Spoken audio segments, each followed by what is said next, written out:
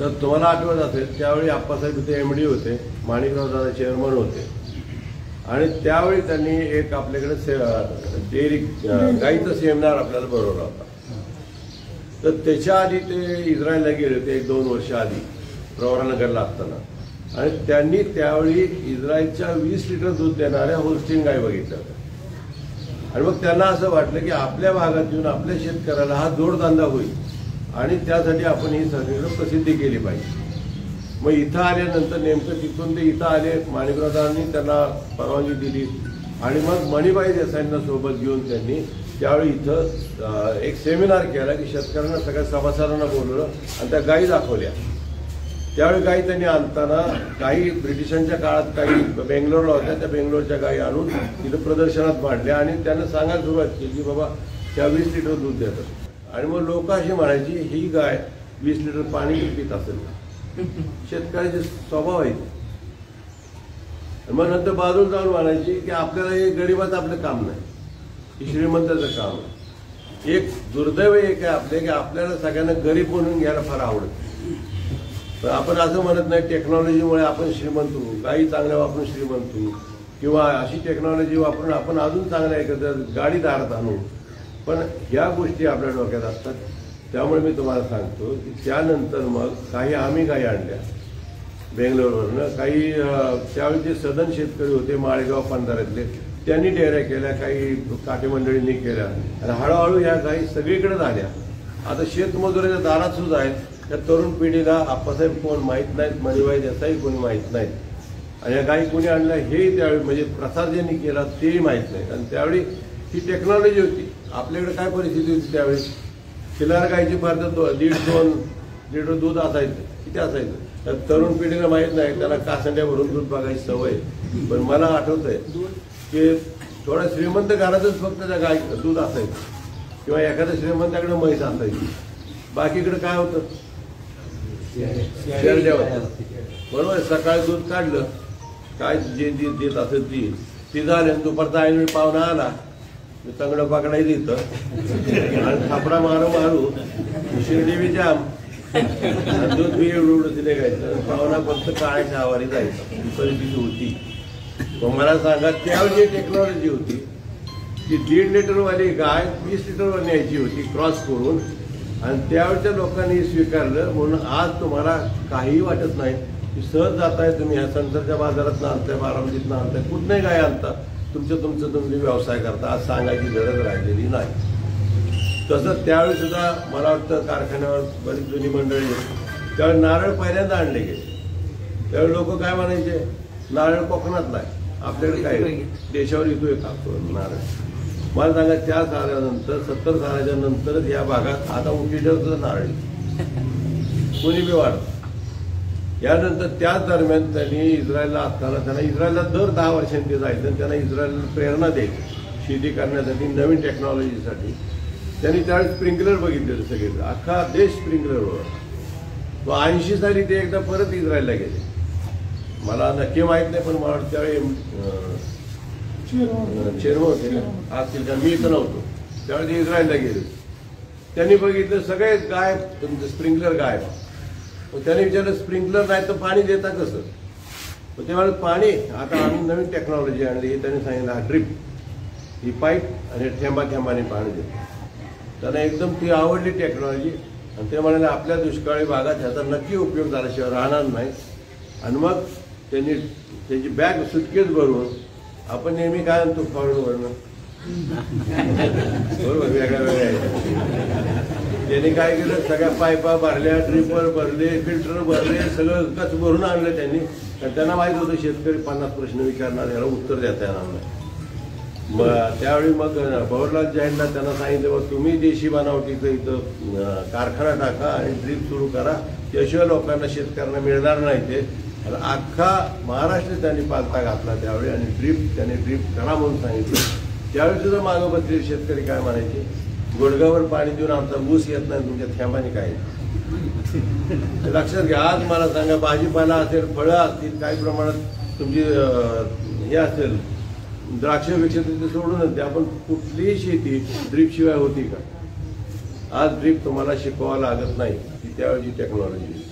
आज तुम्हाला काही सांगावं लागत. साधारण 20-1 वर्षापूर्वी जेव्हा मला ट्रस्ट बघायची वेळ आली, मी सुरुवात केली, त्यावेळी माझ्याकडं काही ड्राय भागातले शेतकरी यायचे आणि ते म्हणायचे आम्हाला गायी वाढवायच्या पण आम्हाला वैरण, हिरवी वैरण मिळत नाही.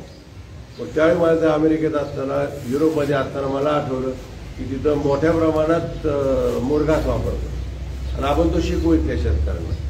त्या सगळ्या शेतकऱ्यांना बोलवलं, दाखवलं, मुरघास केला. त्याने हात घालून मुरघास हातात घेतला आणि एवढा घाण वास म्हटलं तेव्हा आपल्या इतकं मंगळ वास आल्यानंतर आमची काय खायची काही आणि रोज सकाळ संध्याकाळी तिला कडवाळा मागवून घालतो. आज मला सांगा, रस्त्याने जावा भोतच्या भोत दिसतात सगळे. कुणालाही माहित नाही ती टेक्नॉलॉजी कोणी प्रसार केली, ती आम्ही केली का कोणी केली, सगळे विसरून गेले. जाऊ दे, विसरण्याबद्दल नाही विषय, पण ती टेक्नॉलॉजी आता दारादारात आहे. त्याला काही वेगळं तुम्हाला सांगावं लागत. तुमच्या अगदी कर्जतला तर आम्ही सुरुवातीला अलीकडे होतं, फार 5 वर्षात जामखेडच्या त्या कोपऱ्यापर्यंत गेली. म्हणजे मला एकच सांगायचं, आज ही तुम्हाला टेक्नॉलॉजी अवघड वाटते, उद्या ह्याच्याशिवाय पर्याय नाही, ह्याच्याशिवाय तुमची शेती होणार नाही. शेतीच्या मार्फत लावलं तरी चालतंय. फक्त आज कसं आहे, आज आम्हाला सगळं माहीत नाही, अजून सगळे सिस्टीम बसवायचे आहेत. म्हणून आज आपण 25 शेतकऱ्यांचा गट करून हे आपण एक वापरा म्हणून सांगतो. पण हे तुम्हाला सोसायटीच्या मार्फत करता येईल किंवा आता संसदचा एरिया असतील, काही गावांचा 2-2 किलोमीटर असतो, एका ठिकाणी लावलं तरी चालतं. फक्त हे नसलं तरी चालतं. पण हे का पाहिजे की बऱ्याच वेळा तिथं वेगळा पाऊस आहे, तिकडे वेगळा पाऊस आहे पलीकडच्या.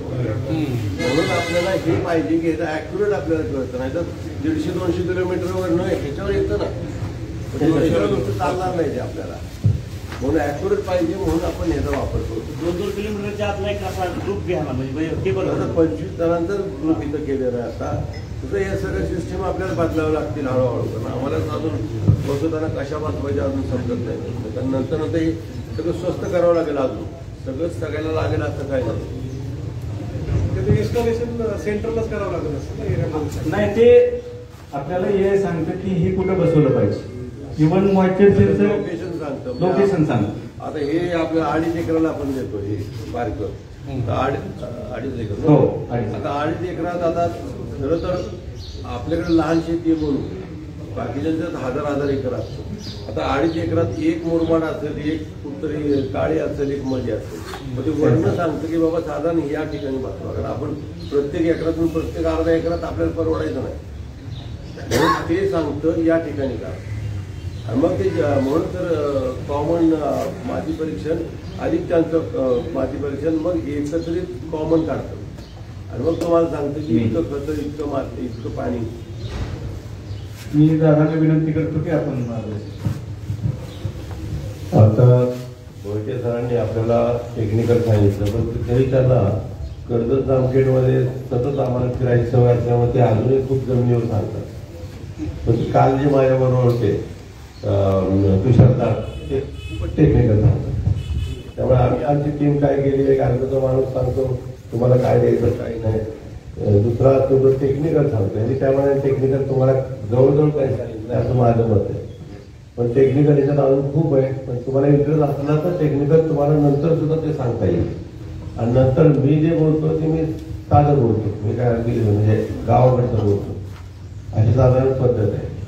आता ही जी सिस्टीम आहे, ही सिस्टीम तुम्हाला कदाचित अवघड वाटेल की बाबा हे आपल्याला जमणार आहे का, तिथं का होणार आहे का, एवढं सगळ्या 10-12 प्रकारचे सगळे प्रकार आपल्याला झेपणार आहेत का. एक लक्षात ठेवा, याचं नाव आहे कृत्रिम बुद्धिमत्ता.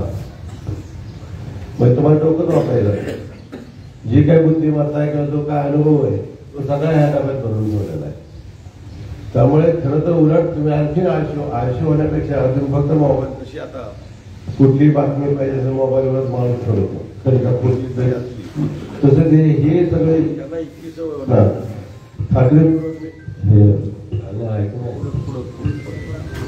खात्रीपूर्वक मी तुम्हाला सांगतो ह्यांना ही सवय लागली ना, यांना शेतीच करता येणार. यांना मागाई पाहिजे का, यांना जर सवय लागली ही यांना शेती करता येणार नाही, तर त्याच्यावर सवय लागेल, त्याच्यावर बघायची सवय लागेल. त्यांची बुद्धी मग गहाण ठेवली जाईल आणि खरी बुद्धी त्याची वापरणार आहे. पण त्याला काही पर्याय नाही. आता हे सगळं अख्खं जगत तसं व्हायला लागलेलं आहे की स्वतःची बुद्धीच वापरायची जरा कमी व्हायला लागले. पण त्याचा फायदा करून घ्यायचा आहे आपल्याला, त्यामुळे त्याला काही इलाज नाही आहे. पण ही वस्तू कशी स्वस्त करायची ह्या गोष्टी मी नंतर तुम्हाला सांगतो.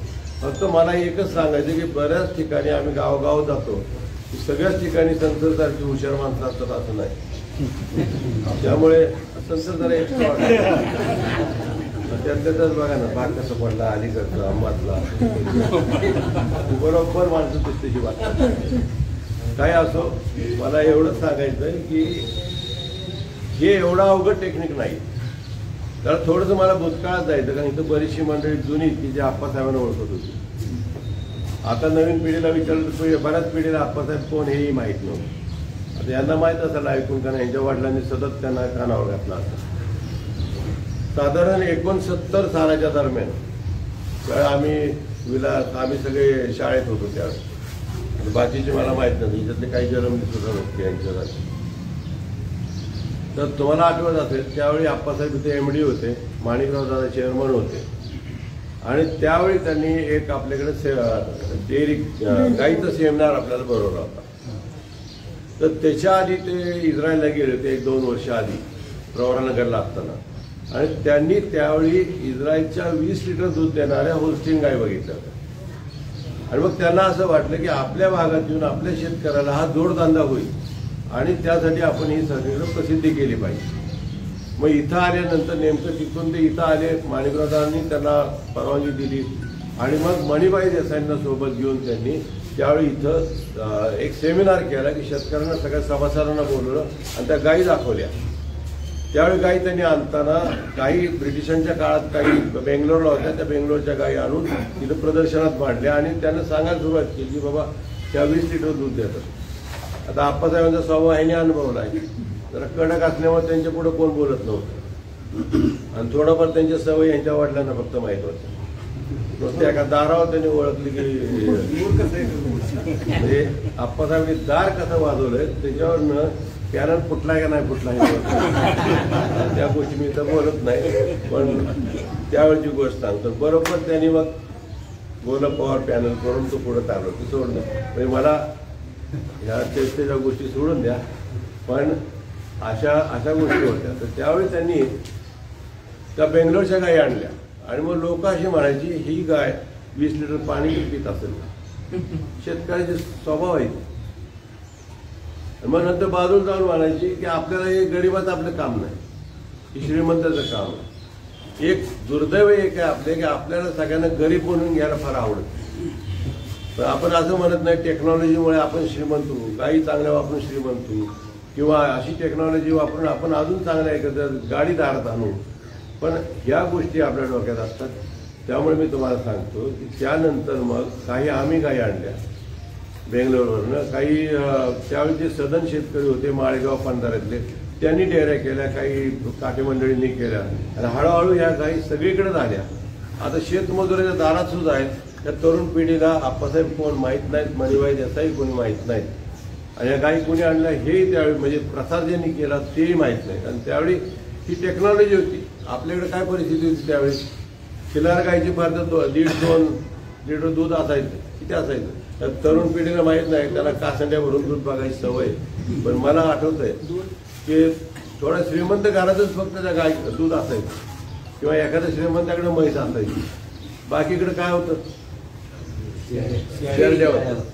बरोबर. सकाळी दूध काढलं, काय जे देत असेल ती झाली. दुपारचा ऐनवेळी पाहुणा आला, मी तंगडं पकडायचं इथं आणि थापडा मारू शिर्डी जाम दूध बी एवढं दिले गायचं. पाहुणा फक्त काळ्याच्या आवारी जायचं, ही परिस्थिती होती. मग मला सांगा त्यावेळी जी टेक्नॉलॉजी होती ती 1.5 लिटरवाली गाय 20 लिटरवर न्यायची होती क्रॉस करून. आणि त्यावेळच्या लोकांनी स्वीकारलं म्हणून आज तुम्हाला काहीही वाटत नाही की सहज जाताय तुम्ही ह्या संसारच्या बाजारात आणताय, बारामतीतनं आणताय, कुठनंही गाय आणता, तुम्ही व्यवसाय करता. आज सांगायची गरज राहिलेली नाही.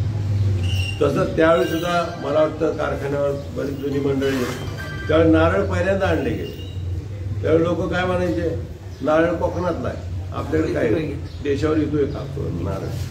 मला सांगा त्या सालानंतर 70 सालाच्या नंतरच या भागात आता उंचीवर सुद्धा नारळ कोणी बी वाढत. यानंतर त्याच दरम्यान त्यांनी इस्रायलला असताना त्यांना इस्रायलला दर 10 वर्षांनी जायचं आणि त्यांना इस्रायलला प्रेरणा द्यायची शेती करण्यासाठी, नवीन टेक्नॉलॉजीसाठी.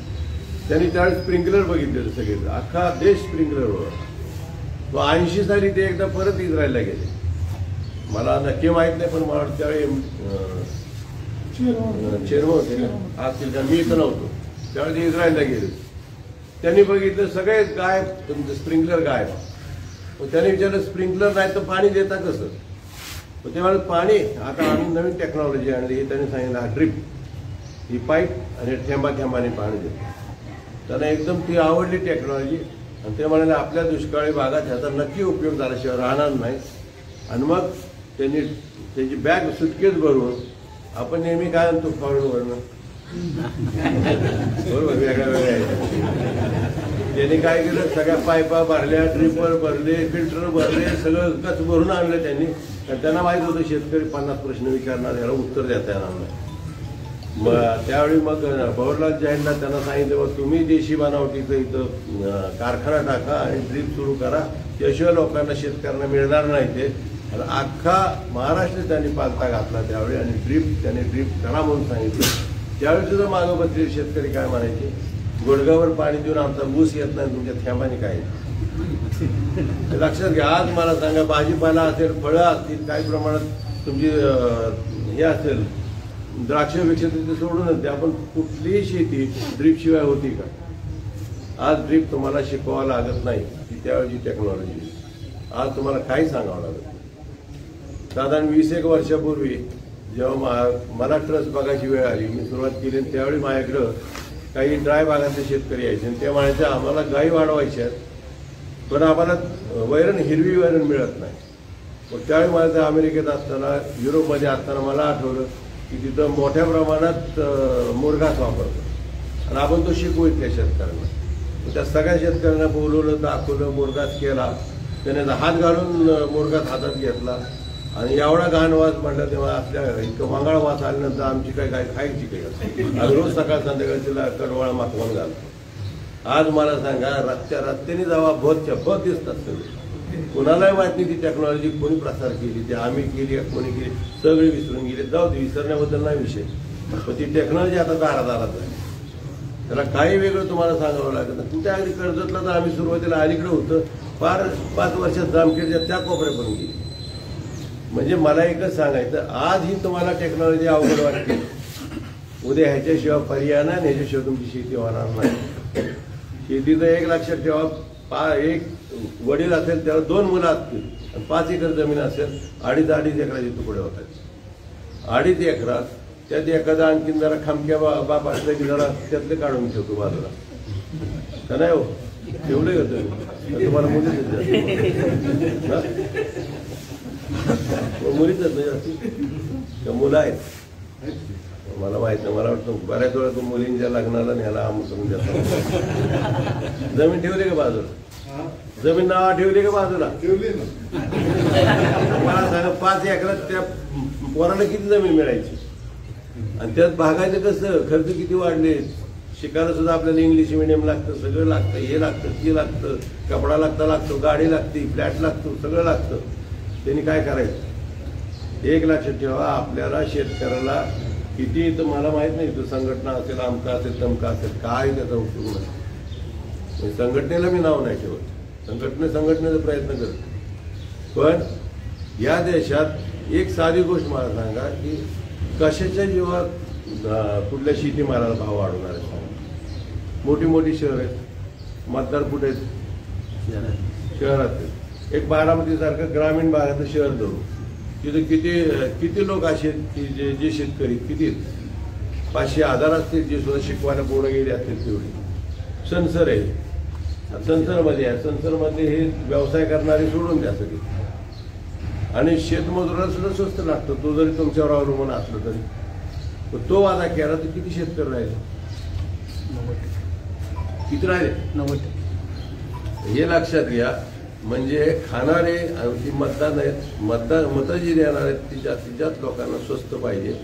त्यामुळे जसं 2 वर्षापूर्वी एकदम मोठ्या प्रमाणात बाहेर साखरेचं शॉर्टेज झालं, भाव खूप वाढले असते, पण सगळं दाबलं गेलं. का गेला आता त्यावेळी सांगितलं इथेनॉल करा इथेनॉल करा इथेनॉल करा म्हणून 2-3 वर्षापूर्वी सांगितलं. पॉलिसी झाली, सगळं झालं. आपले शिंदे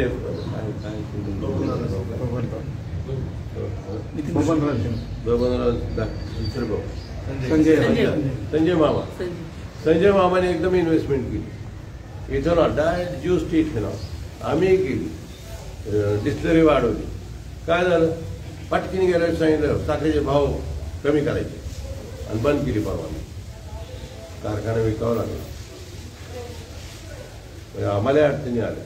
पण ही पॉलिसी आपल्या देशात होती, त्याचं कारण खाणाऱ्याला स्वस्त द्यायचं. मग मला सांगा, कुठल्याही शेतीमालाचे भाव वाढणार आहेत का? म्हणजे आपल्या हातात काय, शेतीचं एवढंच आहे की खर्च कमी करणे आणि उत्पन्न वाढवणे, एवढ्या दोनच गोष्टी आपल्या हातात आहेत. आणि यासाठी ही टेक्नॉलॉजी आपल्याला पाहिजे. खर्च कमी होत जातो आणि उत्पन्न वाढत जातं. कारण बाहेर आपण जेव्हा खतं आणतो, खतं एवढी महाग व्हायला लागलेली आहेत. तुम्ही या सगळ्या शेतकऱ्यांना जाऊन भेटा, ह्यांना सुद्धा अनुभव असेल. 40% सुद्धा खतं लागत नाहीत, त्या लागतात. मला सांगा खतं महाग किती? ही तुम्हाला दाखवतं की मागच्या वेळी कसं असतं. बऱ्याच वेळा जमिनीत खतं मागच्या वर्षीची असतात, त्याच्या आधीची असतात, किंवा स्वतः जमिनीत काय असतात की तुम्ही बघतच नाही. तुम्हाला पाडेगावने सांगितलं, ह्यांना सांगितलं 100 घाला. हे काय करतात, हे घालतात म्हणून हे घालतात, हे घालतात म्हणून हे घालतात. तेवढंच कारखाना सांगतो की एवढी खतं घाला. आणतो आपण पोत्याने ओततो, तेवढं लागत नाहीत. मागची काही शिल्लक असतात, वर्ण जी दिसतात ती बघितल्यानंतर एवढी कमी लागलं. ही मला वाटतं पोत्यांना किलोनी देतात. किलोवर चालते ना, किलोभर हे 5 किलो ते 2 किलो ते, ही यांचा व्यवसायात काम चाललेलं आहे. हे लक्षात ठेवा, आपोआप खर्च कमी होतो. आज जरी तुम्हाला ही टेक्नॉलॉजी महाग वाटली, आता बारामती ॲग्रोनी हे केलेले, या गोष्टी केलेल्या, या काही जणी स्वतः सबसिडी भरलेली आणि शेतकऱ्यांना 2 पटीत त्यांनी दिलेली. सुरुवातीला 6,500-6,500 आणि नंतर काही 6,500 उसात.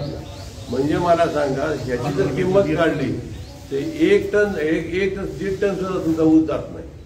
1.5 टनाचा खर्च आहे तुमचा फक्त. उत्पन्न गेले 25 ते 30 टन एकरी तुमचं वाढणार. हे लक्षात घ्या. हे आपल्याला करायचं आणि ही टेक्नॉलॉजी आपल्याला त्यासाठी वापरायची. ह्याच्याच बरोबर आता यंदाचा उन्हाळा कसा होता, पुढच्या वेळी 50 डिग्री पण जाणार आहे. पुढच्या वर्षी नाही, पण हळूहळू हे बदलत जाणं. हे आता एकच झालं, एवढा मोठा पूल वाहून जायला असं वाटलं होतं तुम्हाला. कधी काय होईल, कसंही काय होईल. आता ते मोठ्या कापा मी मारत नाही, बर्फ वितळायला लागला, मुंबई समुद्रात जाईल वगैरे वगैरे या गोष्टी. पण एकच लक्षात ठेवा, ह्या टेम्परेचर वाढीमुळे तिथे डाळिंबाचे आहेत का शेतकरी? कोण आहे डाळिंबाचं? नाही. थ्रिप्स यंदा वाढले असतील, थ्रिप्स वाढले असतील, माईट्स वाढले असतील, लाल कोळी वाढला असेल. हे सगळ्या गोष्टी या वाढलेल्या आहेत, ह्या टेम्परेचरमुळे वाढलेल्या आहेत. मला सांगा, आता एक 8 वर्षापूर्वी मका करताना आपल्याला औषधं लागायची का? आता एवढीशी मका असताना तुम्हाला लष्कर आळी 3 औषधं. केळी मी 15 वर्षापूर्वी करत होतो, हे करत असतील पूर्वी, कधी औषधं लागली का? आता औषधं लागतात. मी तर म्हणतो आता लोक अजून काळजी घेत नाही, ती कंद आणतात कुठून तरी, काहीतरी त्याला व्हायरस आला की सगळ्या केळीच्या म्हणजे एक लक्षात ठेवा, ऊसाला सुद्धा औषध लागत नाही. आपण म्हणतो रोगच नाही ऊस कुठं, बिनरोगी ऊस. आपली काय सवय, कांड टाकायचं, नळी बांधायची, मारायची, बांधणी करायची की पाणी देत राहायचं, पुढच्या वर्षीच परत ऊस. पण ह्याच्यात एक रोग साधा जो तांबेरा, एक तांबेरा जरी आला तर 2 महिने ऊस दम करतो, तर ताण येतो.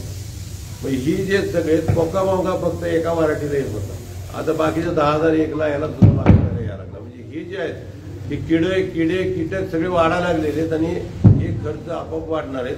आणि आपल्याला ऊस वाढवायचा असेल तर आपल्याला मोठ्या प्रमाणात ह्या गोष्टी वापराव्या लागणार आहेत. ह्याच्यामुळे एक होणार आहे, गरिबाच्या घरी सुद्धा ड्रोन शिवाय लग्न होत नाही. ह्याच्यात काय होणार, ह्याच्यात आपल्याला कळणार, त्या कोपऱ्यावर रोग येणारे 8 दिवसांनी. तुम्ही अजून एक थोडं थांबून बघितलं तो आलेला, त्या कोपऱ्यात येणारे, ह्या कोपऱ्यात येणारे, ह्या कोपऱ्यात येणार, तेवढा ड्रोन फीड केला तेवढाच औषध मारतो आणि परत येतो. औषध लागणार किती, 10 लिटर 15 लिटर. इथे हे पैसे वाचणार. हे जे तुम्हाला सांगतो तर या गोष्टी आज जरी ह्या महाग वाटल्या तर तुम्हाला मग सांगितल्याप्रमाणे आपल्याला सोसायटी एकत्र यावं लागेल किंवा एखाद्या ग्रामपंचायत एकत्र यावं लागेल. खर्च कसे कमी करायचे ते आपल्याला बघावं लागतील. त्याचप्रमाणे मागच्या ह्याच्यात सेंट्रल आपले स्टेट गव्हर्नमेंटचे लोक येऊन गेले, ते काहीतरी सबसिडी देणार आहेत. सबसिडी नाही पण काही पैसे मंजूर करणार आहेत. आता मला माहित नाही लाडक्या बहिणीचे तडाख्यातून किती खाली येणार, पण त्याची वाट बघू नका, कारण त्याच्या हात तुमचं पीक येऊन जाईल. सेंट्रल गव्हर्नमेंटची सुद्धा अगदी मोदी साहेबांच्या नंतरची सुद्धा सगळं अख्खं हुशार मंडळी सगळी येऊन इथला अभ्यास करून गेली. म्हणजे हे आता अख्खा भारत AI मागे लागलेला आहे. आणि एक सांगतो की अख्ख्या भारतात पहिल्यांदा आपण AI आणली आणि ह्याची संधी, ह्याचा उपयोग तुम्ही करून घेतला पाहिजे. कुठलाही कारखाना असला, प्रत्येक कारखान्याने काय निर्णय घ्यायचे ती ज्याने त्यांनी ठरवावी.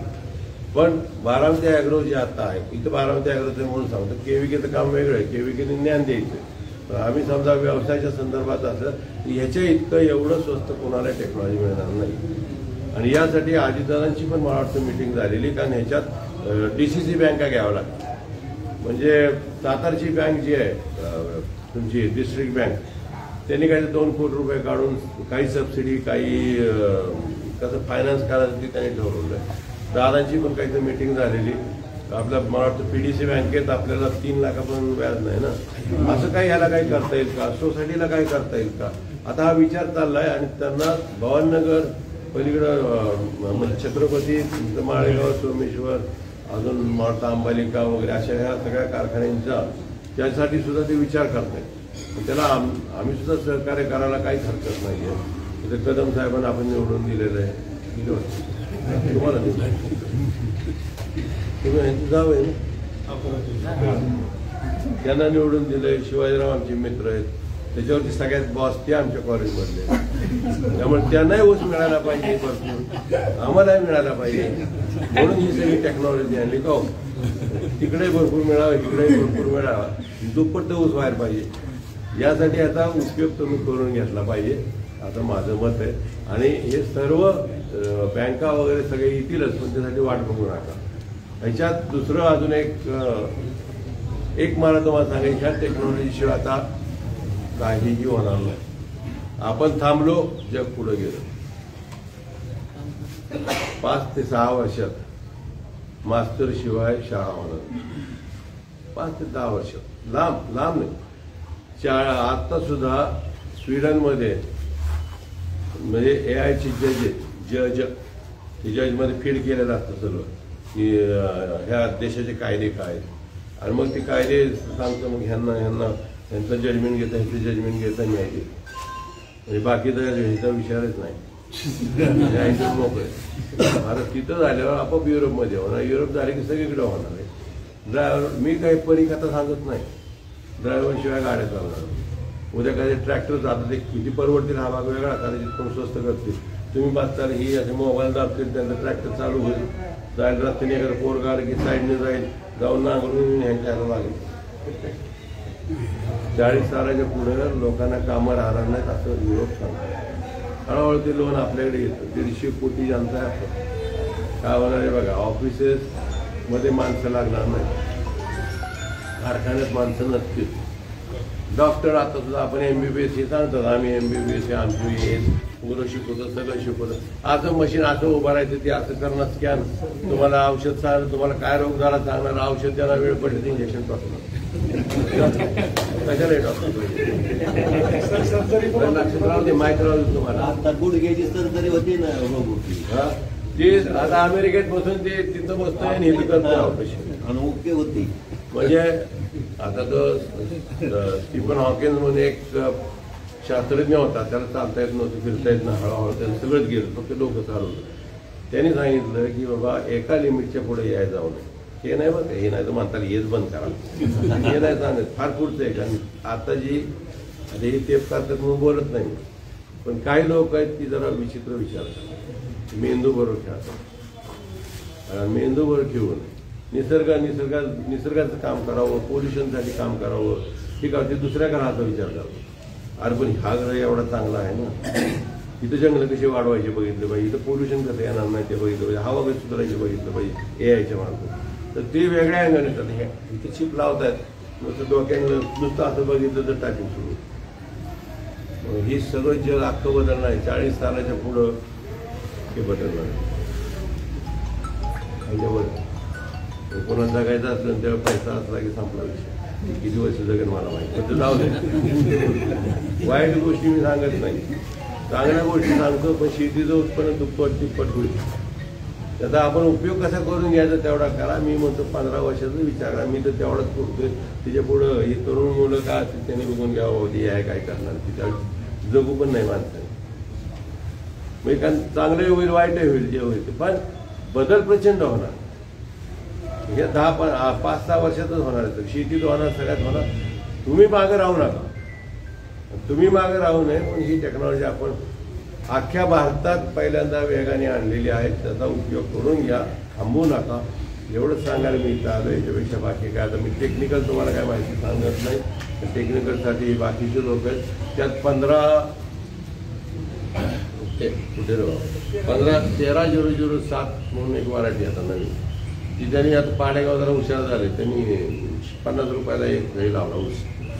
त्यामुळे आपण फक्त अर्धा एकर आणलाय. कोणाला हवा असेल तुमची लागण करून घ्या, 2 तुकडे खाली ठेवा. 1 गुंठ्याचं तुम्ही बेणं, फक्त बेणं म्हणजे हे घ्या, फक्त 2 ट्रे. पुढच्या वेळी तुम्हाला 1 एकरात होईल. ती सुद्धा व्हरायटी एकदम चांगली आहे. आणि दुसरी गोष्ट, तुम्ही इथं नाव नोंदणी केल्यानंतर आपण इथं एकत्रित आपल्या केविकेला आपण तुम्हाला सगळा प्लॉट दाखवतो. उजव्या बाजूला सगळ्या नवीन लागणीत, डाव्या बाजूला ज्या आहेत त्या सगळ्या. आता ह्याच्यात बघा नाही, खोडवेत मला सांगा, हा खोडवा मार्च मधला वाटतोय का? अजूनही तुमचे खोडवे पुंजरानंतर बाहेर आले नसतील, आलेच का ते पुंजरानंतर बाहेर? ही खोडवेत मार्च मध्ये. तर आपण एकत्रित नावं द्या, आपण एकत्रित तिथं येऊन तुम्हाला वॉर रूम पहिल्यांदा दाखवतो. वॉर रूम म्हणजे काय असते की तिथं अक्षरशः सगळं कुणाचाही प्लॉट घ्या, ह्यांचा घ्या, इथं बसून तुम्हाला सगळं दाखवतो. म्हणजे हैदराबादचा एखादा प्लॉट बघायचा तोही दाखवतो. वॉर रूम बघा आणि नंतर तुम्ही ठरवा काय करायचं आणि मग पुढं आपण हा तावरेंचा प्लॉट आहे आणि त्यानंतर मग ठरवून आपण कसं पुढं जायचं हा आपण मार्ग, पण त्याचा मार्ग काढतो.